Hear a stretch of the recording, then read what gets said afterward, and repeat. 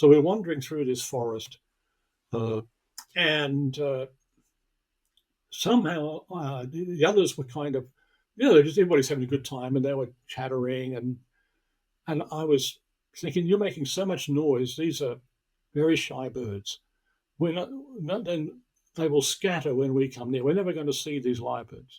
So I said to myself, look, I think I'll go off on my own. Maybe I'll be quiet. I can sneak through the bush and see if I can find some of these. So that was on my mind.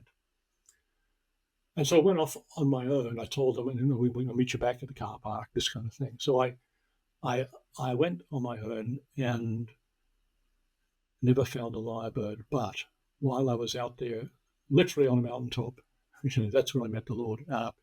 So I was in this forest, and God started to speak to me again.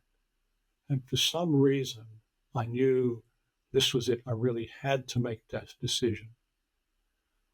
One thing that happened as I pondered this issue was I'd come to realize already somehow that I could never, I was not prepared to make a decision totally against Jesus.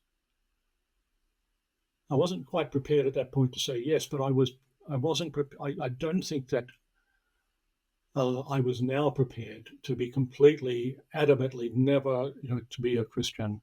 And even though I'd said I've got to make a total commitment for or against at the new year, as the year went on, I started to realize I don't think I'm able to make that no decision. And that's because I'd started to realize maybe there's something in this, particularly when God was speaking to me.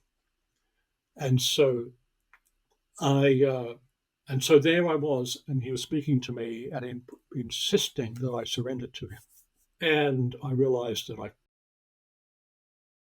I had to do something about it. It was to some extent, Jana, it was a matter of integrity, of my own conscience, of saying, I really know you're there, even though I'm denying and denying and denying.